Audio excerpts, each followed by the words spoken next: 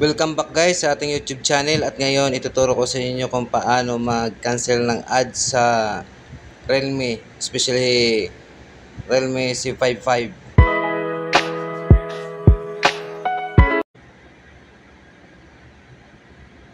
Get Agoda's best hotel prices on the app. Download it today. Yan guys, in-stop natin yung ads sa bilog. Pinindot natin yung bilog. Tingnan natin kung anong lalabas. Yan guys. Walang cancel ads. Kaya pupunta tayo sa ating Google. Kung tayo pupunta sa ating Google Apps. I-open lang natin yung Google Apps. Yan na guys. I-open lang natin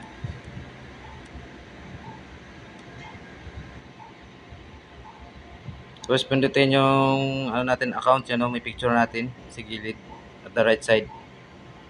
Tapos punta setting. Tapos dito sa may privacy and security. Ads personalized, yan. Tapos i-off mo dyan guys yung ads personalized. Dyan sa pinaka-top. Yan naka-on. Yan. Pindutin natin yung turn off. Yun.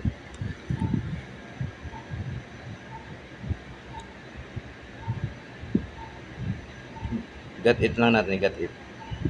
Yan sa baba.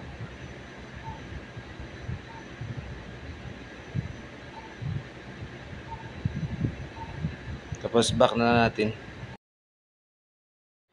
At ngayon, bubuksan natin ang YouTube kung may ads pa na makikita. Punta sa YouTube apps. Open na natin. Yan na guys. Diba guys, nawala yung ads. Bubukas tayo ng mga video kung may ads talaga. Kasi nung hindi pa nako, ang dami ng ads. Hindi makakancel. Yan, diba guys, wala nang ads. Ito, buksan natin yung ads. Diba, wala na guys. Look how it smokes. So, bukas pa tayo na maraming video. Tignan natin talaga kung may ads siya.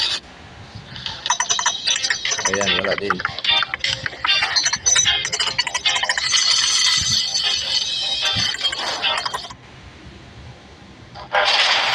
So, wala din.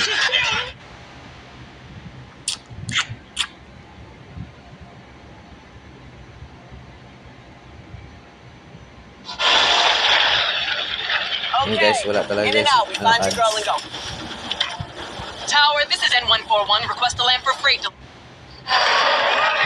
Yan, wala din. Hanggang dito na lang ang video guys. Gagawin nyo na lang guys yung ginawa ko para matanggal yung ads sa inyong, lalo na sa YouTube kung magbukas. Alright.